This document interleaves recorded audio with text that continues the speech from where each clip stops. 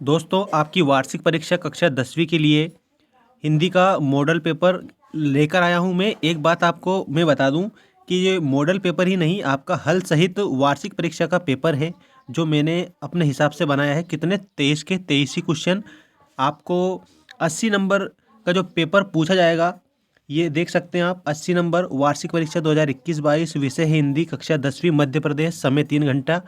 और जैसा आपका पैटर्न है सेम टू सेम पैटर्न मैंने लिया है और मोस्ट इम्पोर्टेंट प्रश्नों को शामिल किया है।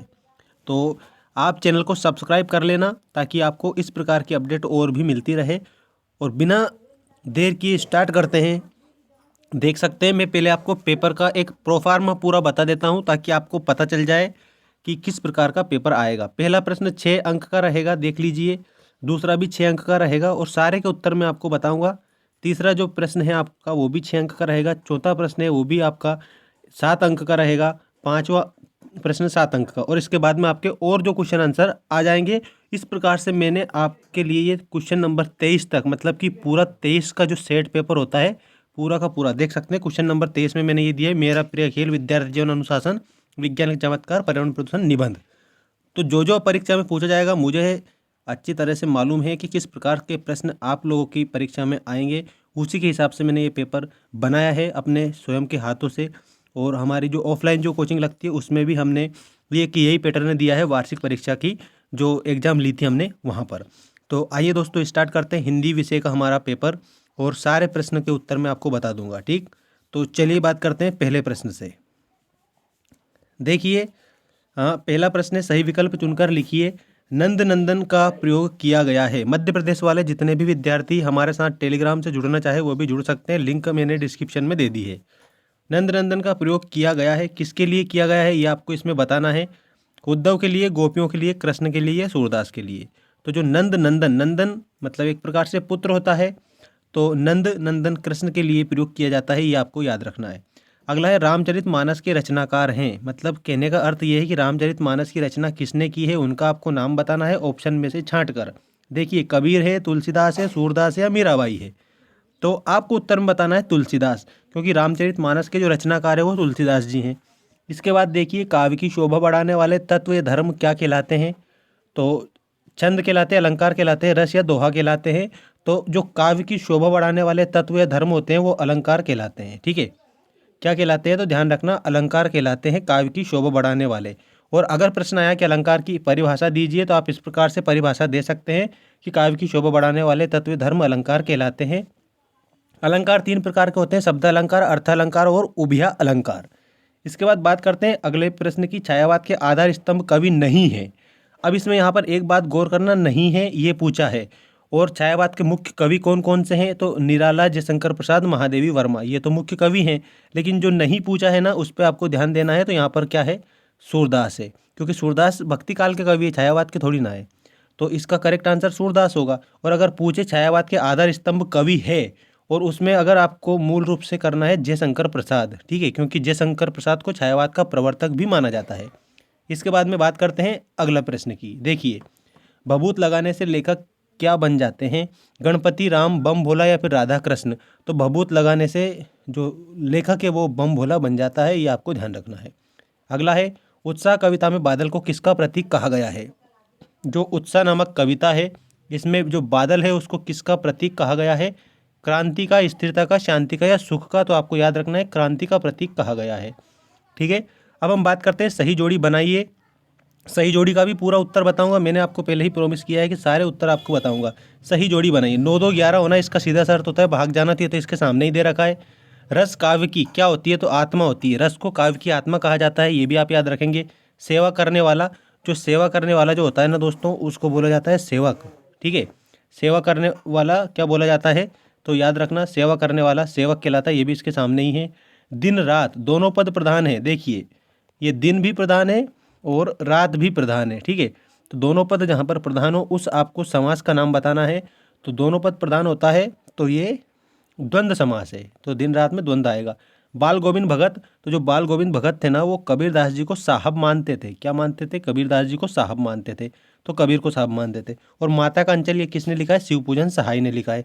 अब एक बार और मैं आपको कंप्लीटली बता देता हूँ। 9 2 11 मतलब भाग जाना, रस काव्य की आत्मा होती है, सेवा करने वाला सेवक कहलाता है, और दिन रात में द्वंद्व समास है। ये आपकी जोड़ी हो गई है। अब जोड़ी के बाद में हम बात करते हैं रिक्त स्थानों की पूर्ति कीजिए, और इसके भी उत्तर मैं आपको एक एक एक उत्तर बताऊंगा। चलिए बात करते हैं रिक्त स्थानों की पूर्ति कीजिए। 6 अंक का आपका प्रश्न है। अनुप्रास अलंकार खालिस्तान की आवृत्ति बार बार होती है। तो जो अनुप्रास अलंकार है उसमें वर्णों की आवृत्ति बार बार होती है, ये आपको ध्यान रखना है। किसकी आवृत्ति बार बार होती है? तो वर्णों की आवृत्ति बार बार होती है। ठीक है।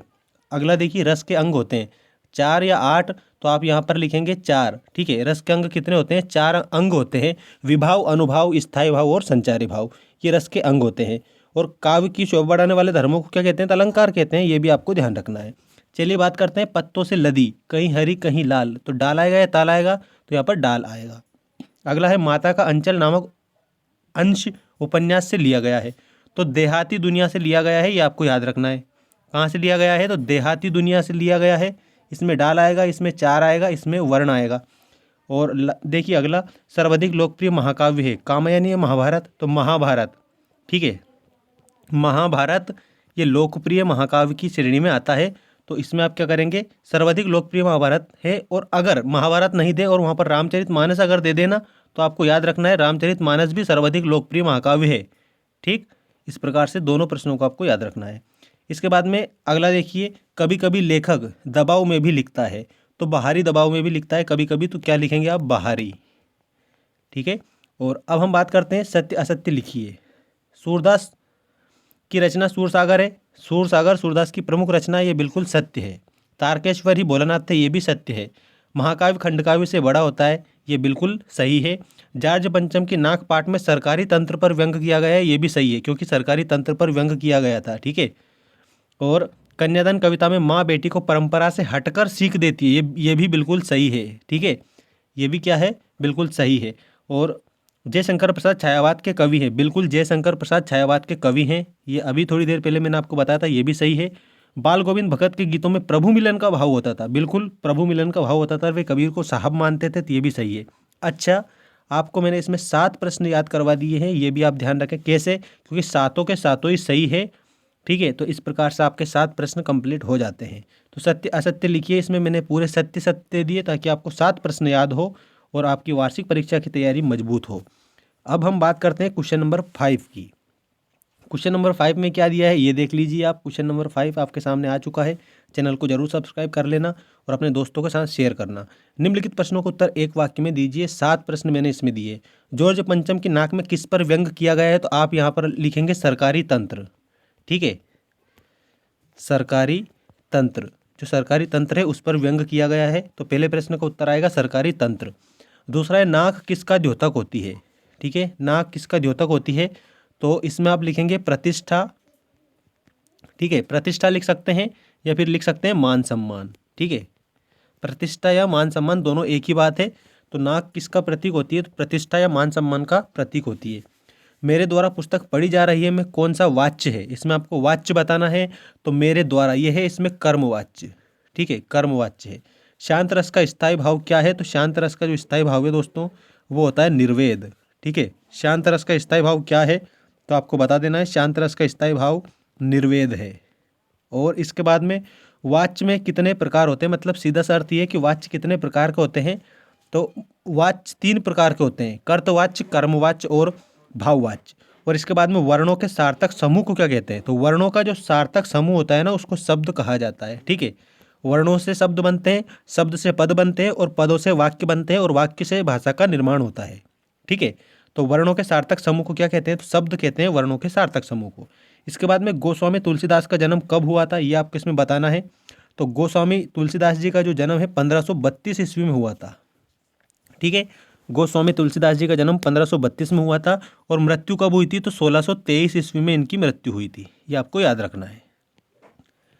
अब देखिए, माँ बेटी को क्या क्या सीख देती है, अथवा फागुन में ऐसा क्या होता है जो बाकी ऋतु में नहीं होता? ये प्रश्न आपको कंप्लीट करने हैं। अब मैं प्रश्न बता रहा हूँ आपको, इनका आप स्क्रीनशॉट भी ले सकते हैं। स्क्रीनशॉट के माध्यम से भी आप इनको कंप्लीट कर लीजिए। उद्धव के व्यवहार की तुलना किस किस से की गई है? वो तेल की मटकी, कमल का पत्ता आदि से। परशुराम के क्रोध करने पर, लक्ष्मण ने धनुष के टूट जाने पर कौन कौन से तर्क दिए थे? नई कविता की परिभाषा, भक्तिकाल की विशेषता, फादर की उपस्थिति देवदार की चाय जैसी क्यों लगती है, तुलसीदास के काव्य की विशेषता बतानी है, चौपाई छंद की परिभाषा बतानी है, दोहा छंद की परिभाषा बतानी है। ठीक है। और उसके बाद में इसी प्रकार से 11वां प्रश्न देख लीजिए, स्क्रीनशॉट लेकर कंप्लीट करिए। 13वें क्वेश्चन को भी आप कंप्लीट करेंगे इसी प्रकार से, और स्क्रीनशॉट ले लें आप अच्छे से एक एक प्रश्न का। और हम बात करते हैं अब क्वेश्चन नंबर 16 की। देखिए, सूरदास अथवा तुलसीदास का काव्यगत परिचय आपको याद करना है। 2 रचनाएं, भावपक्ष कलापक्ष, साहित्य में स्थान। और रामवृक्ष बेनीपुरी अथवा स्वयं प्रकाश का साहित्यिक परिचय आपको याद रखना है। 2 रचनाएं, भाषा शैली और साहित्य में स्थान। ठीक। और इसके बाद में आपको अनुच्छेद लिखना है। अनुच्छेद में बता दूं कौन से याद करना है, भ्रष्टाचार समस्या पर और प्रदूषण एक समस्या पर अनुच्छेद याद करना है। 3 अंक का आपका प्रश्न रहेगा। ठीक है। और इसके बाद में संदर्भ प्रसंग सहित व्याख्या करनी है। काव्यांश की संदर्भ प्रसंग सहित व्याख्या, नाथ संबुधनु भंज निहारा वाली। तो ये पहले आपको मैं बता दूं कि ये है आपका सेकंड चैप्टर का राम लक्ष्मण परशुराम संवाद वाला। तो उसमें आप अच्छे से काव्यांश की व्याख्या करेंगे। और इसके अलावा अपठित गद्यांश है, अपठित गद्यांश को पढ़कर आपको उत्तर देना है। ठीक है। 20वें प्रश्न देख लीजिए। ये मानव आकरण ही मानव के प्रति अनुदार हो उठना। ठीक। चलिए इसका मैं बता देता हूँ आपको उत्तर।